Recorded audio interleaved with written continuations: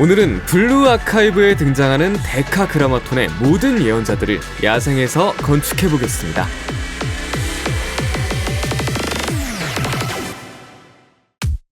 데카그라마톤을 모르시는 분들을 위해 아주 짧게만 설명하자면 거대한 기계에 깃든 AI들이 어떤 계기를 통해 예언자라는 존재가 된 집단입니다. 저는 이 예언자들을 하나씩 따로 만드는 대신 6차 PV에 나온 집결 장면을 오마주해서 한 장면 안에 전부 세워보려고 합니다. 다만 이 구도를 설명하는 과정에서 한국 서버 기준 스토리 내용이 조금 들어갈 수 있으니 스포일러에 민감하신 분들은 참고해주세요. 그리고 이 계획을 실현하려면 먼저 말도 안 되는 양의 재료를 모아야 했습니다. 네차흐를 제외한 9 예언자들이 60만 개 정도고 네차흐 혼자 100만 개로 총 160만 개가 필요합니다. 두 번 프로젝트 전부 합쳐서 100만 개인 거 생각하면 진짜 역대급 크기이자 양입니다. 그 중에서도 가장 많이 필요한 건 하얀색 콘크리트로 약 110만 개를 모아야 합니다. 여러분들이 체감되기 쉽게 해보자면 이 정도 크기가 됩니다. 진짜 어마무시한 크기입니다. 썰커박스로 변환해도 664박스나 나오는데 왜 그런지 체감이 확 되시나요? 그런데 이건 하얀색 콘크리트만이고 검정색이나 회백색 등 다른 콘크리트를 포함하면 모아야 할 양이 더 많아집니다. 이걸 하나하나 손으로 구하는 건 말도 안 되니까 저희는 특수한 장치를 사용하러 갈 겁니다. 이 장치는 모래 복사기로 중력이 적용되는 블록을 엔더 포탈 버그를 이용해 대량으로 복사하는 장치입니다. 저희 서버에서 가장 열이라는 공장 중 하나이기도 하죠. 이 장치를 이용해서 콘크리트 가루들을 모아주었는데 장치 성능이 좋아서 금방 모을 줄 알았는데 양이 압도적으로 많아서 그런가 3일이나 걸렸습니다. 이제 이 콘크리트 가루들을 콘크리트 블록으로 바꿔야 합니다. 콘크리트 가루는 물에 닿으면 콘크리트 블록으로 바뀌는데요. 문제가 있다면 기존에 쓰는 방식이 너무 오래 걸리고 비효율적입니다. 그래서 성능 좋은 콘크리트 변환기를 만들어주겠습니다.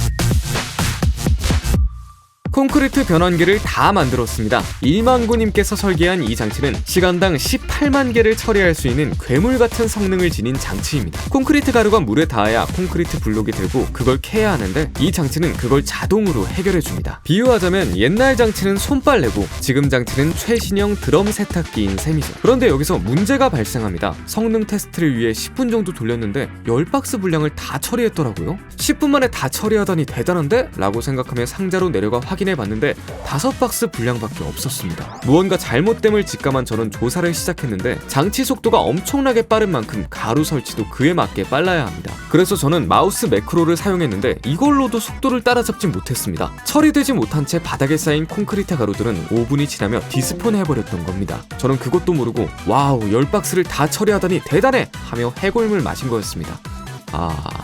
이 문제를 해결하기 위해 다시 일만구님의 영상을 봤는데 트위커르라는 모드를 깔아야 한다고 이미 영상에서 말했었네요. 모드를 깔고 다시 작동시켜보니 이번엔 남는 거 없이 전부 소모했습니다. 오히려 설치 속도가 빨라서 가루가 모자랄 정도입니다. 여러분들은 뭘 하든 꼭 설명서를 끝까지 읽으시기 바랍니다. 저처럼 바보짓 하지 마시고. 일주일 동안 열심히 돌린 덕에 필요한 콘크리트 가루들을 모두 블록으로 변환했습니다. 자동화 장치를 총동원했는데도 일주일이나 걸렸네요. 이것으로 첫 번째 작업인 재료 모으기가 끝났습니다. 재료를 다 모았으니 이제 건축 부지를 정해야 할 차례입니다. 데카그라마톤 주 배경이 설원이기 때문에 저도 설원에서 건축할 예정인데요. 우선 가장 확실한 설원인 얼음 공장이 있는 곳으로 갔습니다. 근데 생각보다 설원 크기가 작았습니다. 엥? 이 정도면 큰 거 아닌가요? 하실 수도 있는데 근처에 공장이 있기도 하고 이번 프로젝트가 고대 도시를 뛰어넘는 어마무시한 크기라서 이 정도로는 안 됩니다. 다른 설원을 찾으러 가보겠습니다.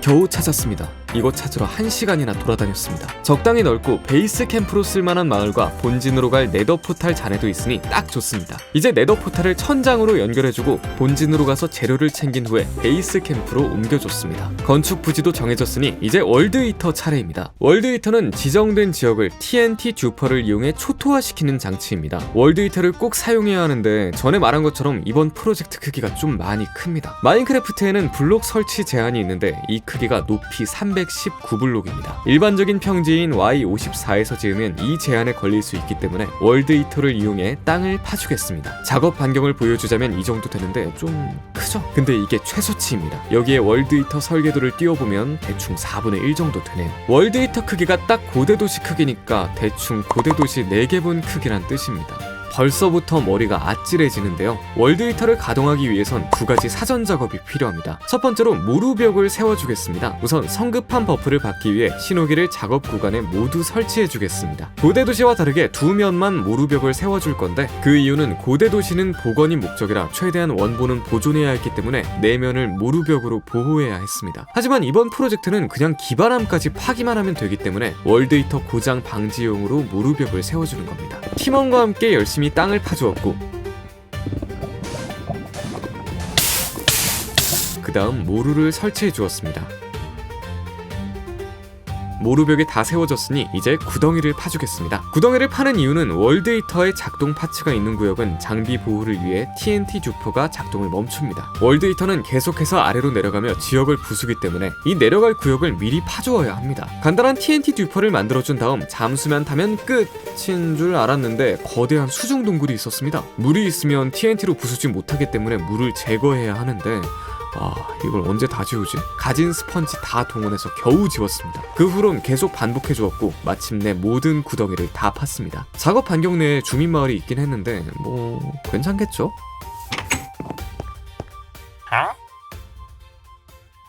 사전 작업도 모두 끝났으니 월드 히터를 만들어 주겠습니다.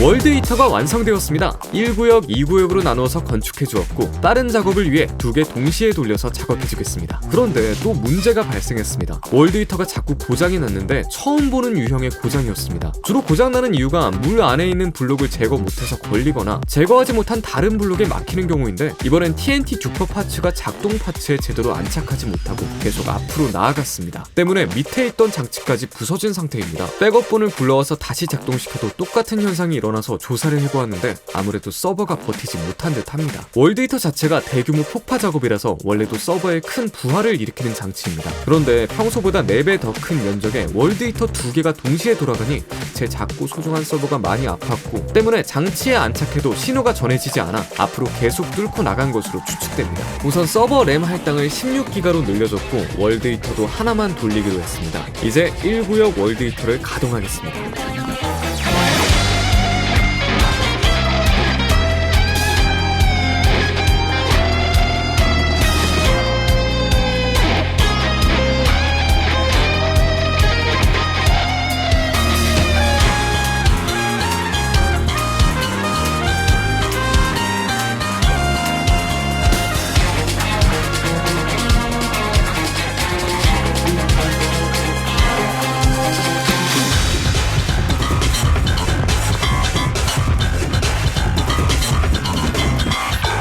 1구역 작업이 끝났습니다. 1구역도 순탄하게 흘러가지 않았는데요. 이런저런 이유로 자주 고장났는데 딱 하나만 얘기해드리자면 설원 바이옴에선 물이 랜덤한 속도로 어는데 어는 것 자체는 큰 문제가 아닙니다. 월드 히터는 TNT가 부수고 물 제거 장치가 물이나 용암을 제거하는데 물 제거 장치가 TNT에 부서지면 안 되니까 TNT보다 살짝 뒤에서 따라옵니다. 그런데 물이 이 잠깐의 틈 사이에 얼어버리고 물 제거 장치가 이 얼음에 걸려버렸고 다시 돌아온 TNT에 장치가 부서지고 이게 쌓이고 쌓여서 장치가 고장나버리고 만 겁니다.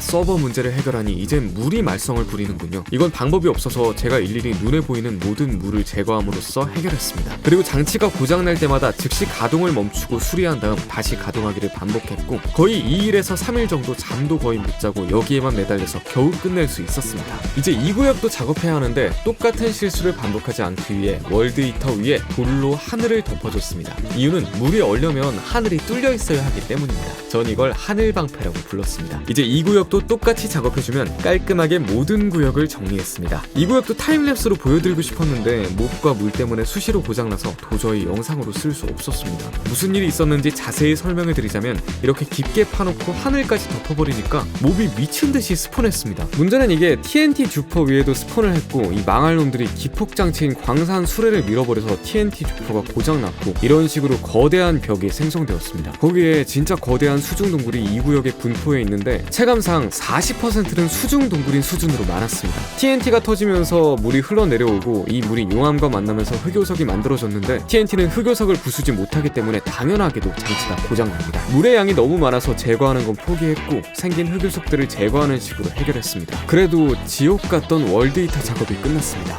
이제 모루와 하늘방패 그리고 월드이터를 수거해야 합니다. 하늘방패 먼저 작업하기로 했는데 성급한 버프를 받기 위해 신호기를 깔아줘야 하는데 몬스터가 진짜 많이 나왔습니다. 특히 좀비가 많이 나와서 제가 설치하는 동안 팀원들이 어머하는 식으로 했는데 거기에 빛 버그 때문에 어두컴컴하기까지 해서 무슨 좀비 아포칼립스 게임하는 줄 알았습니다. 뭐 해야 된다고? 여기서 몬스터 좀 막아요. 형님 이거 설치한. 엄마 너 근처에 있었네 맞지? 아 이구나 저거 인챈트 가옷 입은 좀비구나. 베놈인 줄 알았어 저거. 인챈트 가보니 좀비 때문에 피하고 불이 잘 안돼. 여기 신호기 불금 때까지 지켜야 돼. 미친 크리퍼다. 펴졌다. 다음 구역으로 스스메 저희는 죽는 겁니다. 정말이지 그러하다. 아무튼 무사히 설치했고 하늘방패를 철거해 주었습니다. 이제야 하늘이 말끔해졌네요. 이제 월드히터를 수거해 주겠습니다.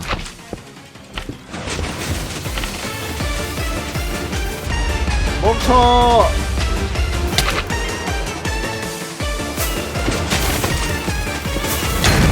멈춰.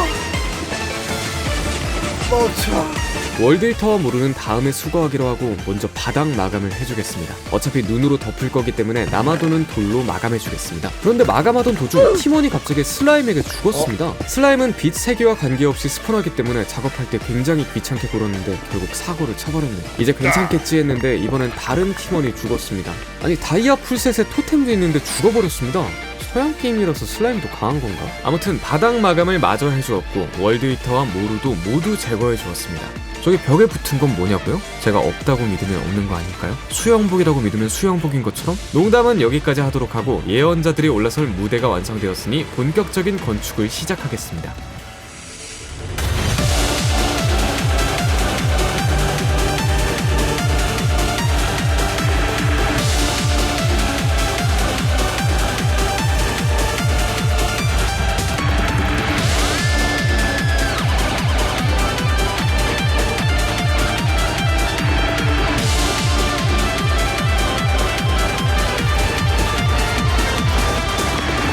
가장 먼저 새 예언자가 무대 위에 올라왔습니다. 첫 번째로 비나를 먼저 지어줬는데 블루 아카이브의 첫 번째 총력전 보스가 비나라서 먼저 지어주었습니다. 데카그라마톤의 세 번째 예언자로 아비도스 사막 지하에 잠들어있던 거대한 기계 코브라 괴수입니다. 브라를 잘 아시는 분들은 비나의 크기에 대해 의문을 가지실 수도 있는데 고증대로 하면 건축 한 개 높이를 뛰어넘어야 하는 수준이라서 아쉽지만 제가 임의로 크기를 수정했습니다. 뒤에 나올 예소드나 호드, 네차흐 같이 크기가 큰 녀석들 모두 비율을 살짝 수정해 주었습니다. 두 번째로 지어준 건 헤세드입니다. 데카그라마톤의 네 번째 예언자로 예언자가 되기 전 밀레니엄 외곽 군수공장에서 무인 전투병기를 양산하는 AI였습니다. 겉껍질 같은 단단한 덮개가 코어를 감싸는 형태로 6차 PV에 나온 것처럼 덮개가 살짝 열린 상태로 만들었습니다. 내부 모습과 코어도 모두 구현해 주었습니다. 세 번째로 티페레트를 만들어줬습니다. 데카그라마톤의 여섯 번째 예언자로 감화 이전 종자 보관소의 AI였습니다. 제가 감화라는 표현을 자주 썼는데 실제로 작중에서 등장하는 표현으로 데카그라마톤과 접촉한 예언자들은 기존에 있던 인물을 거짓 사명으로 보고 본래의 사용 목적을 버리게 됩니다. 하지만 티페레트만 본연의 인물을 포기하지 않았으며 작중에서 선생과 전투 시 종자가 공격받자 곧바로 공격을 멈추고 탈출 포트에 자신 대신 종자를 담아 끝까지 사명을 완수한 예언자입니다. 개인적으로 제일 좋아하는 설정과 스토리라서 아주 좋아하는 예언자입니다. 딱 세 예언자만 만들었는데도 임팩트가 상당하네요.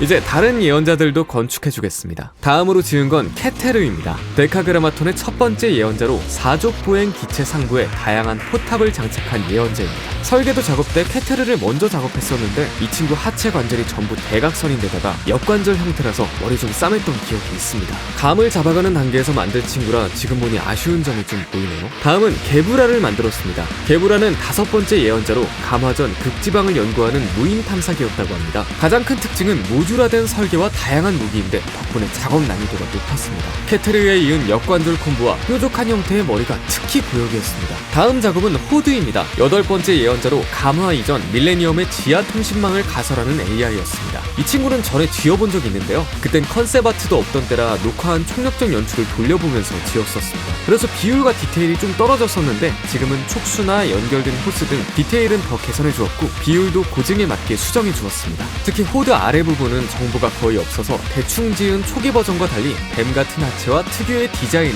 구현해 주었습니다. 다음으로 호크마를 작업해 주었습니다. 데카그라마톤의 2번째 예언자로 감화 이전 표류하던 공작선의 항법 제어 AI였다고 합니다. 호크마의 가장 큰 특징은 역시 변신으로 순양함 형태에서 사족보행 로봇 드래곤으로 변신하는데 저는 변신 폼으로 건축해 주었습니다. 설계도 작업 때 2번째로 절 힘들게 했던 녀석인데 작업 당시 마침 제약 해제 결전 보스가 호크마라서 인게임에서 1배속 돌리고 하나하나 뜯어가면서 디테일을 살리기 위해 노력했습니다. 자료가 부족했던 터라 여러 번 수정과 개선을 하기도 했고 아예 갈아엎고 처음부터 짓기도 하는 등 꽤나 많은 노력이 들어갔습니다. 라이브에서 개발진분들이 모델링할 때 굉장히 힘들었다고 하셨는데 저도 그 기분을 절절히 느끼며 작업했던 기억이 나네요.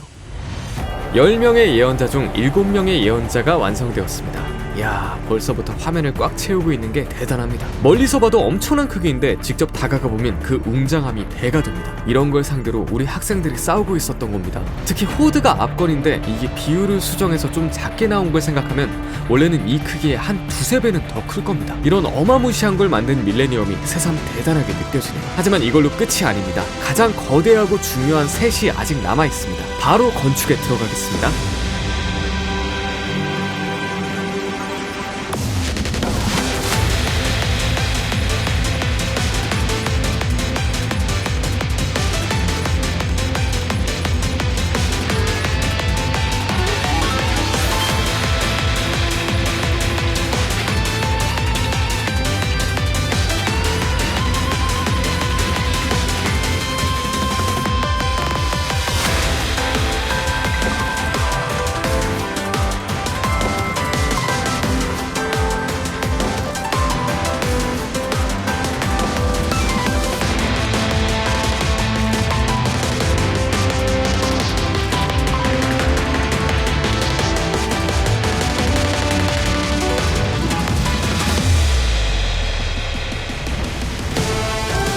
건축이 끝났습니다. 9번째 예언자 예소드와 7번째 예언자 네차흐, 그리고 가장 중요한 10번째 예언자 말쿠트가 완성되었습니다. 예소드 특유의 길게 뻗은 팔을 구현했고 모든 벽면을 네차흐가 둘러싸고 있으며 말쿠트가 중앙에서 예언자들을 집결시키고 있습니다. 입구 방향엔 네차흐 특유의 건물을 배치했고 예언자들 뒤쪽엔 중앙부 건물 디자인으로 만들어서 마치 중앙으로 들어온 듯한 느낌을 받게 설계해보았습니다. 말쿠트는 디테일을 챙길 수 있는 최소한의 크기로 제작했으며 특유의 옷 디자인과 모자, 그리고 날아다니는 말쿠트의 무기도 최대한 구현했습니다. 이것으로 블루 아카이브 데카그라마톤의 모든 예언자를 건축했습니다. 이번 건축이 마음에 드셨다면 좋아요 부탁드리고 다음 건축이 궁금하시다면 구독을 눌러주세요. 저는 더 멋진 건축으로 찾아뵙겠습니다.